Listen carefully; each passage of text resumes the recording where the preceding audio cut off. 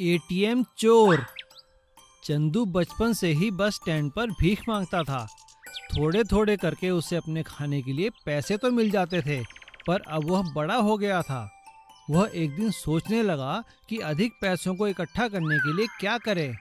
मेरे पास इतना धन नहीं है, लेकिन मुझे अच्छी अच्छी चीज़ें खाना और कपड़े पहनने का शौक है। मैं तो सदा लोगों से मांग मांग कर पैसे इकट्ठा ही करता रहता हूँ, पर कभी अपने शौक के लिए 1 रुपया भी नहीं खर्च कर सकता, क्योंकि अगर मैं सूट पहनकर घूमूंगा तो कोई मुझे भीख नहीं देगा। अब तो अपने शौक दबाने की आदत ही हो गई है। चलो गिनकर देखता हूँ आज कितने पैसे हो गए, फिर सोचूंगा क्या करना है। चंदू पैसे गिनना शुरू कर देता है। तभी उसकी नज़र सड़क के उस पार लगे एटीएम मशीन पर जाती है, जहाँ एक आदमी पैसे निकाल रहा था। वह उससे जाकर भीख मांगता है। दे दे बाबू, भूखे को रोटी के लिए 5-10 रुपए दे दे बाबू। अरे तुम्हें भीख मांगते शर्म नहीं आती? हट्टे कट्टे हो, कुछ काम क्यों नहीं करते? अरे बाबू, मुझे क्या समझा रहे हो? आपने भी तो अभी भीख मांगी है इस मशीन से। यह सुनकर वह आदमी हंसने लगता है और उसे समझाता है। अरे भैया, ये तो मेरे अपने जमा किए हुए पैसे हैं। और वह चंदू को एटीएम मशीन और कार्ड के बारे में बताता है। चंदू ने कई दिनों तक एटीएम के बाहर खड़े होकर देखा और सोचा कि इससे पैसे निकालने के लिए क्या करे। फिर उसे एक तरकीब सूझी। आ गया आइडिया आ गया। मैं समझ गया मुझे इससे पैसे कैसे निकालने हैं। फिर वह सभी भिखारियों को इकट्ठा कर कहता है कि उसने बैंक वालों से मिलकर उनके लिए यह एटीएम खोला है, ताकि वे अपने पैसे जमा करके अपने जीवन में आगे बढ़ सकें। अरे यह तो बहुत अच्छा हुआ। लो भाई चंदू, मेरे पैसे भी जमा कर दो। हाँ, ये ठीक है। मैं अपने देश की सरकार से भी कहूँगा भिखारियों के लिए हर शहर में एटीएम खोले। कुछ दिनों तक सब अच्छा चला। भिखारी चंदू को पैसे देते, वो एटीएम में जमा करने का दिखावा करता और आवश्यकता पड़ने पर भिखारियों को चंदू पैसे वापस भी कर देता। एक दिन चंदू ने कहा, अरे बाप रे, एटीएम तो खराब हो गया। अरे भाई लोग, जरा मेरी सहायता करो इसे खोलने में। सभी भिखारी चंदू की मदद करने लगते हैं, लेकिन उन्हें क्या पता चंदू उनसे एटीएम में चोरी करवा रहा है।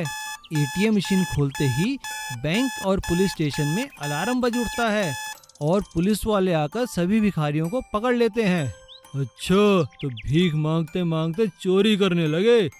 चलो सब जेल में, वहां जाकर भीख मांगना।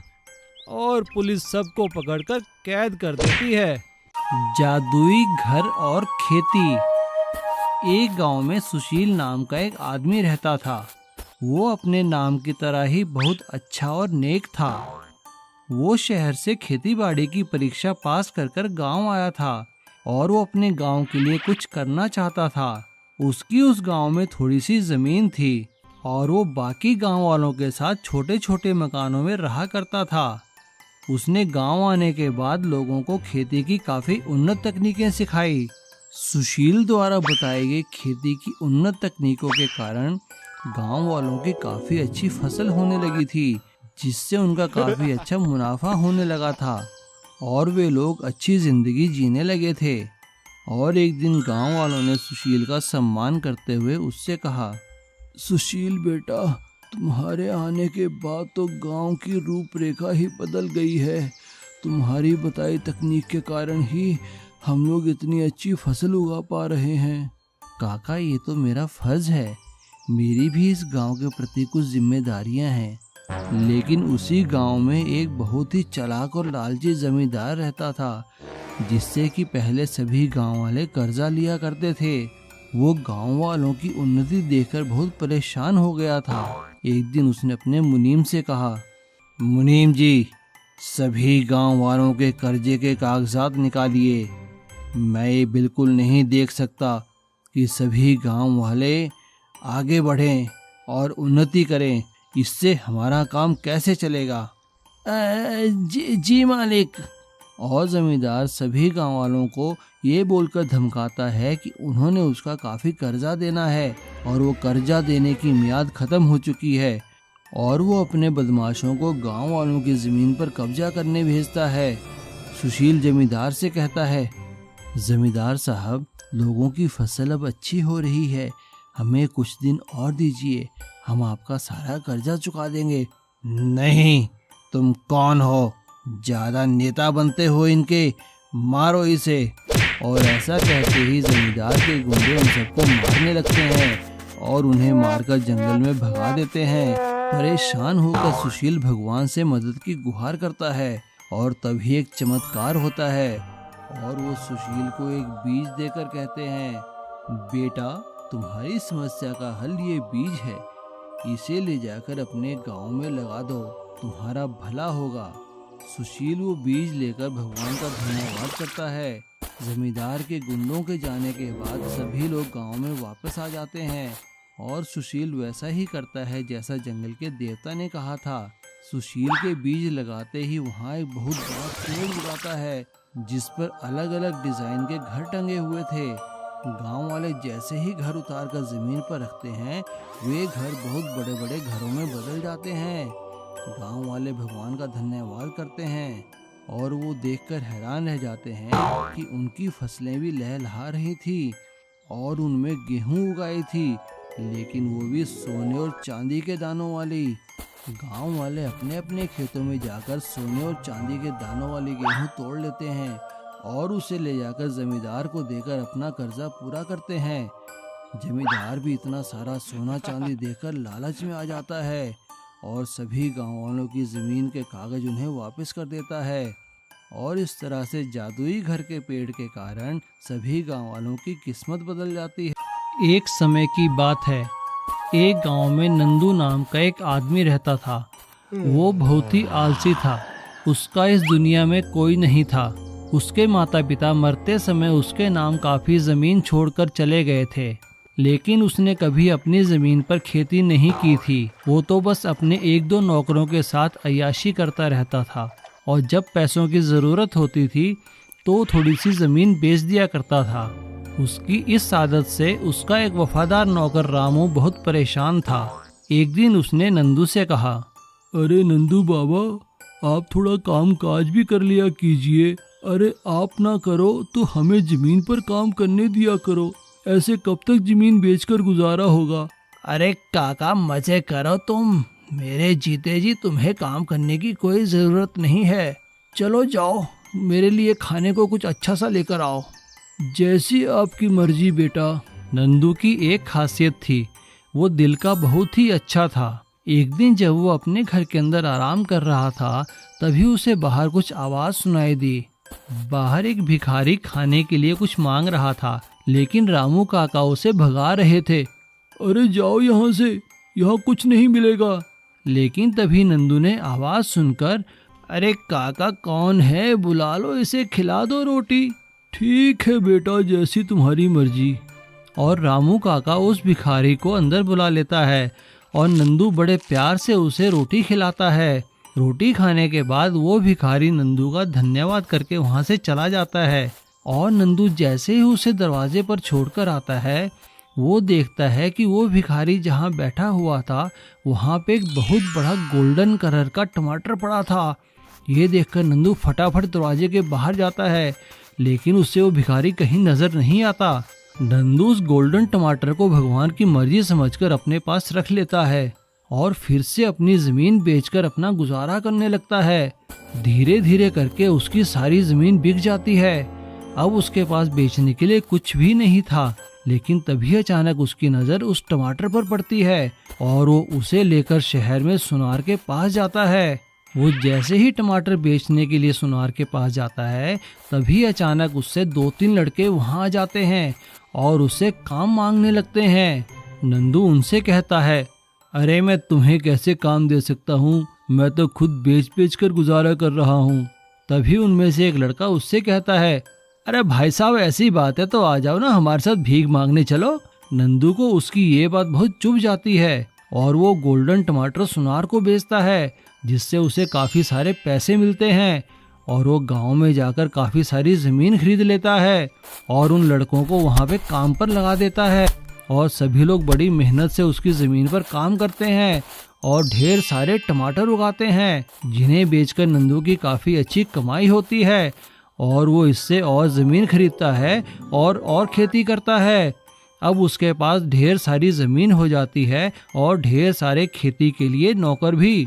इस तरह एक भिखारी द्वारा दिए गए गोल्डन टमाटर से नंदू की किस्मत बदल जाती है और वो फिर से खुशहाली भरा जीवन जीने लगता है, ज़मीन बेचकर नहीं बल्कि ज़मीन पर फसल उगाकर, और वो भी टमाटर की। बिरयानी की खुशबू। एक गांव में एक छोटा सा परिवार रहता था। उस परिवार का मुखिया राजेंद्र था। राजेंद्र का एक बेटा और बहू थे। बेटा तो बहुत नालायक था, पर बहू बहुत ही समझदार थी। राजेंद्र एक चाय और समोसे का ठेला लगाता था और अपना घर चलाता था। उसका बेटा लल्लन तो बस इधर उधर घूमता ही रहता था। बेटा, अब मैं बूढ़ा हो गया हूँ, अब सारा दिन अपने ठेले पर काम नहीं कर सकता। तुम अब शादीशुदा हो, तुम्हें मेरे व्यापार में अपना साथ देना चाहिए। नहीं पिताजी, मुझसे यह नहीं होगा, मैं तो सारा दिन एक जगह खड़ा नहीं रह सकता। मैं कल से आपके साथ ठेले पर जाऊंगी, आपकी मदद भी करूंगी। पर बेटा। मना मत कीजिए पिताजी, मुझे अपने साथ ले जाना मत भूलिए, मैं भी आपके बेटे की तरह हूँ। ठीक है बेटा, तुम कल मेरे साथ चलना। अगले दिन लल्लन की पत्नी ने सुबह सुबह उठकर थोड़ी बिरयानी बना ली और अपने ससुर के साथ चल दी। ये मेरी बहू है, आज से ये मेरी मदद करेगी, आपको गरम गरम समोसे खिलाएगी, ये बहुत गुणी है। राजेंद्र, आज मुझे बहुत भूख लगी है, क्या और कुछ भी है खाने को? वैसे कहीं से बिरयानी की खुशबू आ रही है। मैं थोड़ी बिरयानी लाई हूँ, क्या आप वो खाना पसंद करेंगे? हाँ हाँ, खिलाओ। अरे वाह, बहुत स्वादिष्ट बनी है, रोज लाया करो, इसे खाने के लिए तो लाइन लग जाएगी। बेटी, ये काम अच्छा है, क्या कहती हो? हाँ पिताजी, इससे हमारी कमाई दुगनी हो जाएगी, कल से मैं ज्यादा बिरयानी बना कर लाऊंगी। कुछ ही दिनों में उनका बिरयानी का कारोबार इतना बढ़ गया कि उन्होंने एक दुकान ले ली और उसे होटल बना लिया। पिताजी, आप दोनों ने इतनी मेहनत करके होटल बना लिया है, अब मैं भी इधर उधर घूमकर थक गया हूँ, आप कहें तो मैं आपके साथ मिलकर बिरयानी और चाय समोसे बेचूं? हाँ बेटा, बहू ने तो इस काम को इतना बढ़ा दिया कि अब हमें और लोग चाहिए जो हमारी मदद करें। अगर तुम भी हमारा साथ दोगे तो बहुत बढ़िया होगा। सीख, कोई भी काम छोटा या बड़ा नहीं होता, अगर मेहनत किया जाए तो छोटा काम भी बड़ा हो सकता है। एक समय की बात है, भावनगर नामक गांव में समक नाम का एक आदमी रहता था। वो रेलवे में नौकरी किया करता था। वो टिकट चेकर का काम करता था। वो सुबह तैयार होकर ट्रेन में निकल जाता और हर ट्रेन में जा जाकर लोगों के टिकट चेक किया करता था। कई सालों से वो ये काम बड़ी ही ईमानदारी से किया करता था। जिस भी ट्रेन में वो टिकट चेक करने जाता, उस ट्रेन में उसके नाम का खौफ था, क्योंकि वो बिना टिकट यात्रियों को कैसे भी करके ढूंढ निकाला करता था और उन पर रेलवे के कानूनों के हिसाब से फाइन लगाया करता था। लेकिन समक दिल का बहुत ही अच्छा इंसान था। वो गरीब और मजबूरों के लिए अपने पैसों से टिकट खरीद कर दिया करता था। भावनगर के पड़ोस के चावनगर गांव में सुनील नाम का एक आदमी रहता था और वो हमेशा ही बिना टिकट ट्रेन में यात्रा किया करता था और अपने गांव के लोगों को बड़े ही शान से बताया करता था। अरे काका, पता है आज मैं भावनगर गया था, भावनगर, वो भी बिना टिकट, और देखो तो कोई भी मुझे पकड़ नहीं पाया। अरे सुनील, ध्यान से चला कर, तुझे पता है भावनगर से चावनगर में समक की ड्यूटी लगी है, वो जैसे भी करके बिना टिकट यात्रियों को पकड़ लेता है। अरे समक हो या चमक, सुनील को पकड़ने वाला आज तक पैदा नहीं हुआ, समझा? चल मैं तुझे तरकीब बताता हूँ। और इस तरह से सुनील सभी गांव वालों को बिना टिकट यात्रा करने के लिए उकसाया करता था और चावनगर के लोग सुनील की तरकीबों के बारे में जानकर अब बिना टिकट यात्रा करने लगे। गांव के कुछ बुजुर्गों ने उन्हें समझाने की कोशिश की। भाई देखो बच्चों, बिना टिकट यात्रा करना गलत है। तुम लोग ऐसा मत किया करो, अगर पकड़े गए तो गांव का नाम बदनाम होगा। अरे काका, काहे का गांव का नाम बदनाम होगा? इतनी महंगाई है, अगर हम टिकट के पैसे बचा लेते हैं तो आपको क्या। चलो बैठ के हुक्का पियो चुपचाप। सुनील ऐसा कहकर गांव के लोगों को चुप कराया करता था। धीरे धीरे ये बात सभी लोगों में फैलने लगी और इस बात का पता जब समक को चला तो उसने ठान लिया कि वो जैसे भी करके बिना टिकट यात्रा करने वाले चावनगर के यात्रियों को पकड़कर ही रहेगा। एक दिन जब सुनील बिना टिकट यात्रा कर रहा था, तभी अचानक समक उसके डिब्बे में आ पहुंचा और उसने इशारा कर दिया और दूसरी तरफ से पुलिस वालों ने डिब्बे का रास्ता रोक लिया। सुनील ने अपने आप को फंसता देखकर वहां से भागने की कोशिश की और भागने की कोशिश में उसका पैर फिसला और रुकी हुई ट्रेन से वो बाहर जा गिरा। उसके सिर पर काफी चोट आई। समक उसे उठाकर हॉस्पिटल में लेकर गया और उसने वहां उसका इलाज खूब अच्छे से करवाया, लेकिन साथ ही उसने सुनील पर बहुत बड़ा फाइन भी लगाया। समक ने सुनील को समझाते हुए कहा, देखो बेटा, बिना टिकट यात्रा करना बहुत बड़ा अपराध है। आज भागने की कोशिश में तुम्हारी जान भी जा सकती थी। सुनील को सबक मिल चुका था और उसने अपनी जान बचाने के लिए भगवान का धन्यवाद किया और समक का भी, और फिर कभी बिना टिकट यात्रा ना करने की कसम खा ली। जादुई घर और खेती। एक गांव में सुशील नाम का एक आदमी रहता था। वो अपने नाम की तरह ही बहुत अच्छा और नेक था। वो शहर से खेतीबाड़ी की परीक्षा पास कर गांव आया था और वो अपने गांव के लिए कुछ करना चाहता था। उसकी उस गांव में थोड़ी सी जमीन थी और वो बाकी गांव वालों के साथ छोटे छोटे मकानों में रहा करता था। उसने गांव आने के बाद लोगों को खेती की काफी उन्नत तकनीकें सिखाई। सुशील द्वारा बताई गई खेती की उन्नत तकनीकों के कारण गांव वालों की काफी अच्छी फसल होने लगी थी, जिससे उनका काफी अच्छा मुनाफा होने लगा था और वे लोग अच्छी जिंदगी जीने लगे थे। और एक दिन गांव वालों ने सुशील का सम्मान करते हुए उससे कहा, सुशील बेटा, तुम्हारे आने के बाद तो गांव की रूपरेखा ही बदल गई है। तुम्हारी बताई तकनीक के कारण ही हम लोग इतनी अच्छी फसल उगा पा रहे हैं। काका, ये तो मेरा फर्ज है। मेरी भी इस गांव के प्रति कुछ जिम्मेदारियां हैं। लेकिन उसी गांव में एक बहुत ही चालाक और लालची जमींदार रहता था, जिससे कि पहले सभी गांव वाले कर्जा लिया करते थे। वो गांव वालों की उन्नति देखकर बहुत परेशान हो गया था। एक दिन उसने अपने मुनीम से कहा, मुनीम जी, सभी गांव वालों के कर्जे के कागजात निकालिए। मैं ये बिल्कुल नहीं देख सकता कि सभी गांव वाले आगे बढ़ें और उन्नति करें। इससे हमारा काम कैसे चलेगा? जी मालिक।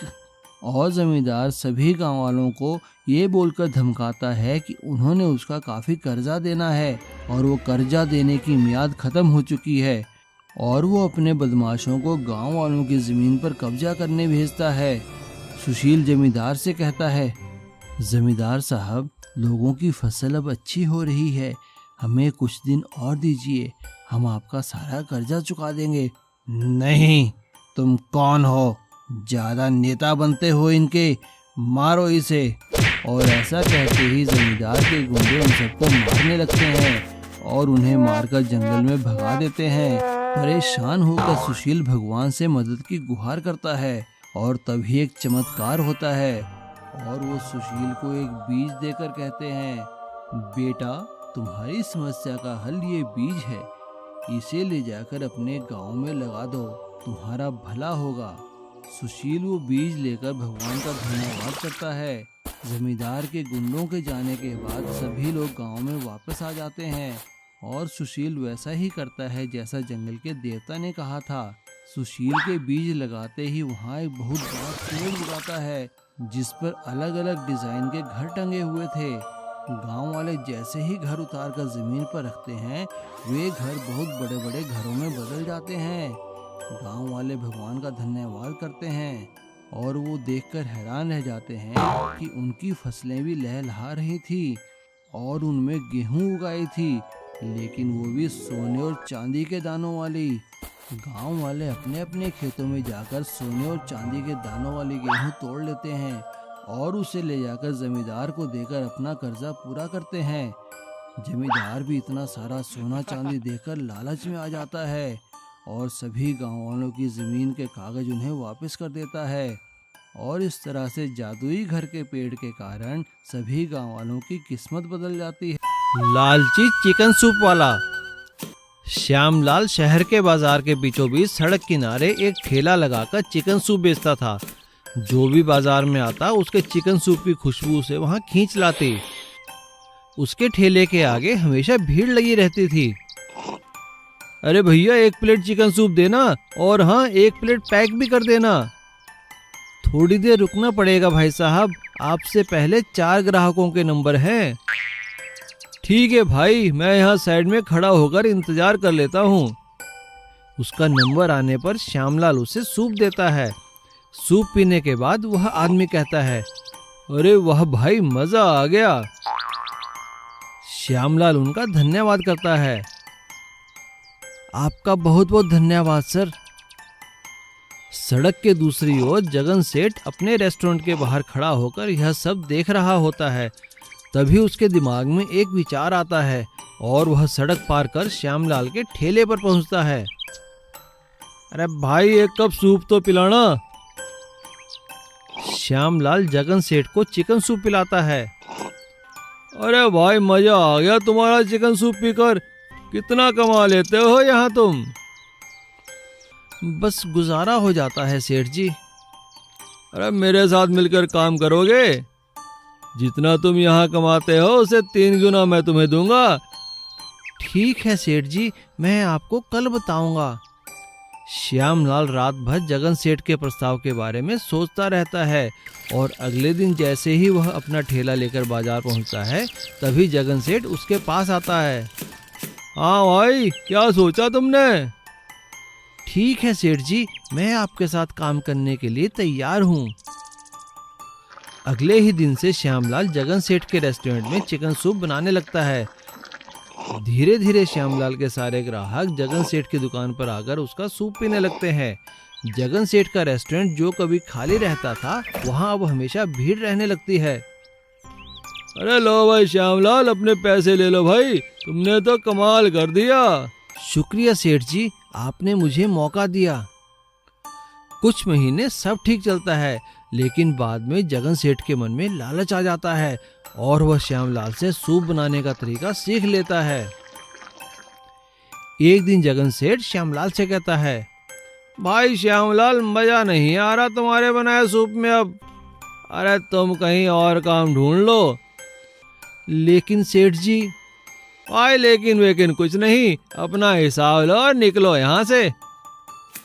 श्यामलाल अपना सा मुंह लेकर वहां से चला जाता है और अगले ही दिन फिर से अपना ठेला लेकर बाजार के बीचों बीच अपना काम शुरू कर देता है और पहले से भी अच्छा चिकन सूप बनाकर रेस्टोरेंट से सस्ते दामों पर बेचने लगता है।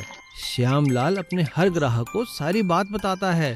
धीरे धीरे श्यामलाल के सभी ग्राहक वापस आ जाते हैं और जगन सेठ का रेस्टोरेंट फिर खाली हो जाता है। सीख, लालच बुरी बला है। नीलू और सरिता शहर में रहते थे। वो दोनों एक फूड कंपनी में काम करते थे। वहीं दोनों आपस में मिले और दोनों ने शादी कर ली। शादी करने के बाद भी वो दोनों उसी कंपनी में काम किया करते थे। उन दोनों को घूमने फिरने का बहुत शौक था। एक साल भी ऐसे ही गर्मियों के दिनों में उन्हें 3-4 दिन की छुट्टियां मिलने वाली थी। तो नीलू के दोस्त ने उससे पूछा, अरे भाई नीलू, क्या प्रोग्राम है तुम्हारा? कहाँ जा रहे हो छुट्टियों में इस बार? अरे हाँ रमेश, इस बार हम कहीं बड़े शहर में नहीं जा रहे। इस बार हम गांव में और एक हेरिटेज वॉक के लिए जंगल में घूमने जा रहे हैं। और छुट्टियां मिलते ही दोनों एक पहाड़ी के क्षेत्र में घूमने के लिए निकल जाते हैं। वो दोनों एक गांव में ठहरते हैं। अगले दिन वो लोग सुबह ही गांव की एक टैक्सी लेकर जंगल में घूमने के लिए निकल जाते हैं। टैक्सी वाला उन्हें पहाड़ के नीचे उतार देता है और कहता है, अरे साहब, आप यहाँ से पैदल जाइए और पहाड़ी के चोटी पर मंदिर है, वहाँ से घूम कर आइए। मैं शाम को आपको यहाँ लेने आ जाऊँगा। अगर कोई दिक्कत हो तो मुझे फोन कर देना। यहाँ पे नेटवर्क की कोई कमी नहीं है। टैक्सी के वहाँ से जाते ही दोनों जंगल में घूमने निकल जाते हैं। जंगल में घूमने के लिए एक साफ सुथरा रास्ता बना हुआ था। दोनों उस रास्ते पर चलते चलते जंगल के मनोहारी दृश्य देखने लगे और ना जाने कब जंगल के बीचों बीच खो गए, उन्हें समय का पता ही नहीं चला। शाम ढलने को थी, तभी हल्की हल्की बारिश होने लगी। वो दोनों एक पेड़ के नीचे बैठ गए। थोड़ी ही देर में बारिश रुक गई, लेकिन तब तक शाम होने लगी थी और वो जंगल के इतने अंदर आ चुके थे कि उन्हें रास्ता कहीं मिल नहीं रहा था। तभी अचानक नीलू की नजर दूर से एक रोशनी पर पड़ती है। वो उस दिशा में चल पड़ते हैं। वो नजदीक जाकर देखते हैं कि वहाँ एक छोटी सी झोपड़ी बनी थी। दोनों उस झोपड़ी के अंदर जाते हैं तो वहाँ पे एक बूढ़ी औरत बैठी हुई थी। नीलू उस बूढ़ी औरत को नमस्कार करते हुए कहता है, अम्मा जी नमस्कार, हम यहाँ घूमने आए थे लेकिन जंगल में रास्ता खो गए हैं। क्या हमें यहाँ रात भर के लिए आश्रय मिल सकता है? हाँ हाँ बेटा, तुम दोनों बड़े आराम से मेरी झोपड़ी में रह सकते हो। वो बूढ़ी औरत उन लोगों के लिए झोपड़ी के कोने में बिस्तर लगा देती है। तभी सरिता उस बूढ़ी औरत से कहती है, अम्मा बुरा न माने तो बहुत भूख लगी है, क्या कुछ खाने में है? अरे अरे बेटा, इसमें बुरा मानने की क्या बात है। अगर तुम मटन खाते हो तो आज पत्थर पर मैंने मटन पकाया है, आओ खा लो। बूढ़ी औरत की बात सुनकर दोनों खुश हो जाते हैं और मटन का नाम सुनकर तो दोनों की भूख और बढ़ जाती है। तभी बूढ़ी औरत ने चूल्हे के पास पड़ा एक बड़ा सा पत्थर उठाया। पत्थर के नीचे एक और पत्थर था और उसके अंदर मटन पक रहा था। बूढ़ी औरत ने उन्हें पत्थर पर पकाया हुआ मटन खिलाया। वो मटन दोनों को बहुत ही स्वाद लगा। अगली सुबह जब दोनों वहां से जाने लगे तो नीलू ने जाते जाते उस बूढ़ी औरत से पत्थर पर मटन पकाने की रेसिपी सीख ली। नीलू और सरिता ने पत्थर पर मटन पकाने की रेसिपी के बारे में अपनी फूड कंपनी को बताया और उनकी फूड कंपनी ने पत्थर पर मटन को अपनी रेसिपी में रखा, जिससे उनकी बिक्री और बढ़ गई और उस बिक्री में से कुछ हिस्सा नीलू और सरिता को भी मिलने लगा और पत्थर पर मटन पकाने की रेसिपी के कारण दोनों की अच्छी आमदनी होने लगी। और अब दोनों जब भी मौका मिलता उस जंगल में आकर उस बूढ़ी औरत को जरूर मिलते और उनसे पत्थर पर और स्वादिष्ट चीजें बनाने की रेसिपी सीखते। एक गांव में किशोर नाम का एक आदमी रहता था। उसका गांव के साथ हाईवे पर एक बहुत बड़ा ढाबा था। वो अपने ढाबे में बहुत ही स्वादिष्ट खाना बनाया करता था और लोगों को बड़े ही प्यार से खिलाया करता था। अरे टेबल नंबर 10 पर खाना लगा भाई, देख लो कितने भूखे हैं। और तुम भी जाकर टेबल नंबर 8 पर खाना लगा, देख वहाँ पे बाबूजी बैठे हैं। उसका प्रेम भाव और स्वादिष्ट खाना देखकर वहाँ से आने जाने वाले हमेशा उसी के ढाबे में आकर खाना खाया करते थे। उसके परिवार में उसकी बीवी और उसका एक बेटा था। उसका बेटा बड़ा हो चुका था।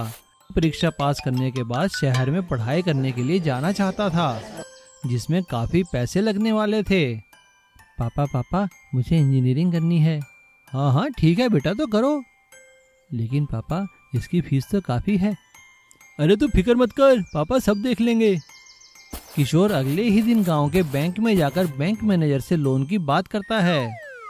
बैंक मैनेजर किशोर का एजुकेशन लोन पास कर देता है और किशोर पैसे लेकर अपने बेटे को इंजीनियरिंग के लिए शहर भेज देता है। गांव में ही रहने वाला कमल किशोर की तरक्की से बहुत जलता था।